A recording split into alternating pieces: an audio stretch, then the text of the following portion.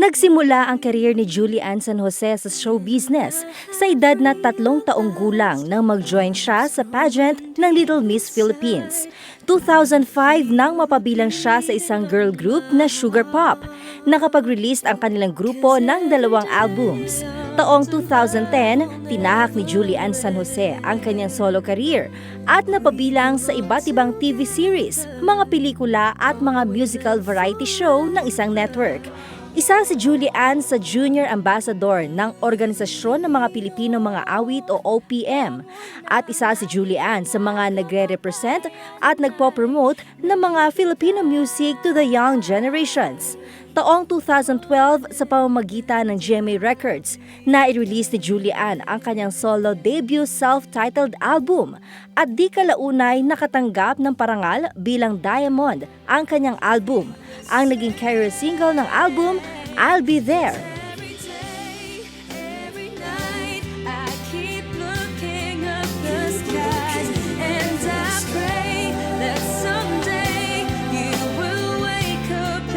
Sinundan nito ng Enough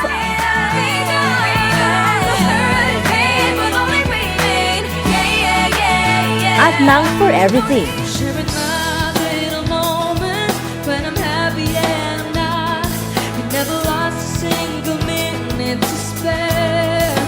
Nagkaroon din sila ng collaborated song ni Abra, ang Deadma. Mapait ang katotohanan sa mundo. At ngayong taong ito, inihahandog ni Julian San Jose ang kanyang bagong album entitled Deeper, kasama ng kanyang mga awiting Right Where You Belong, Right Where You Belong,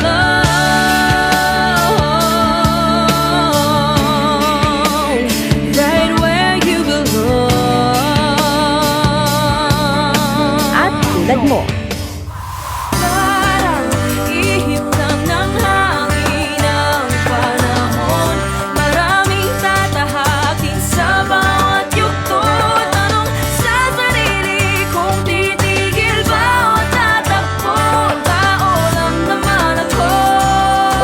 Ladies and gentlemen, welcome sa Letters and Music sa Eagle Rock and Rhythm.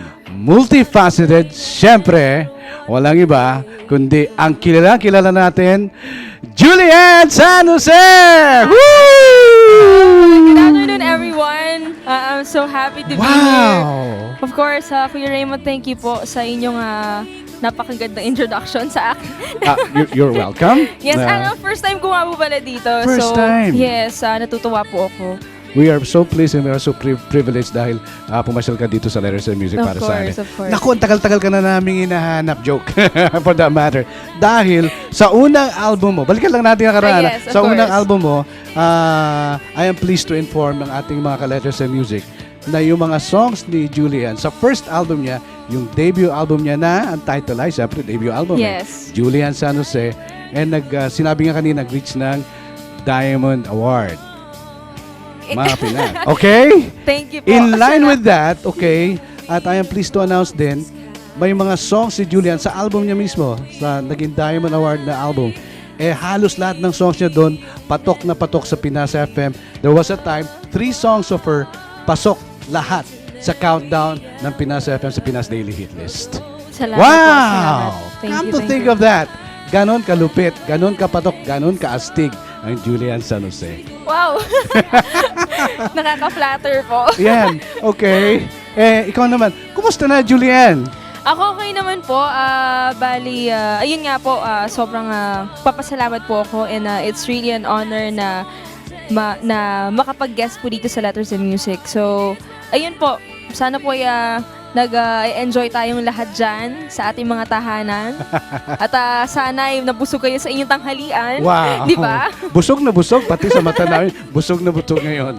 In line with that, uy, may bago nga album, tama-tama, eto, hawak ko ngayon, yes, okay? opo. Let's talk about the album right now. At saan ba natin papakita? Yan, eto, yan. Yan. Yes. Okay. Yes. Ito po yung aking second album. This Yan. is entitled Deeper. It's on the GMA Records. And most of the tracks po, ako po po yung nag-compose, ako po yung nagsulat. Kaya po deeper kasi, ayun nga po ako po yung nagsulat. deeper Tapos, Julian. yes, parang the deeper side. Wow, deeper side din talaga.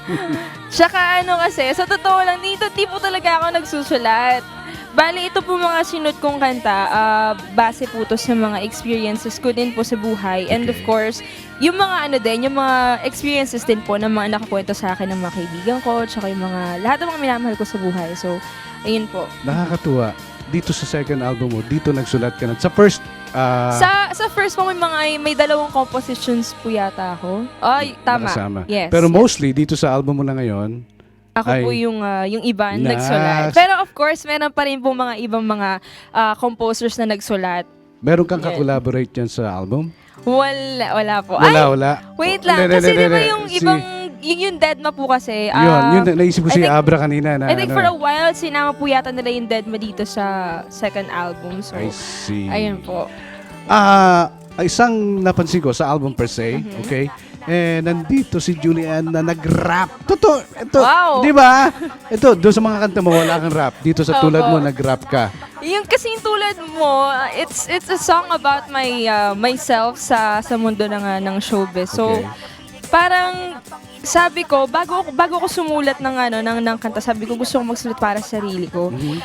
Kaya lang ang dami-dami kong gustong sabihin. So hindi ko kumbaga pa, hindi ko mag-gather lahat. Tsaka hindi ko siya ma-compress. Yung lahat ng thoughts ko. So I decided na isulat na lang siya ng rap.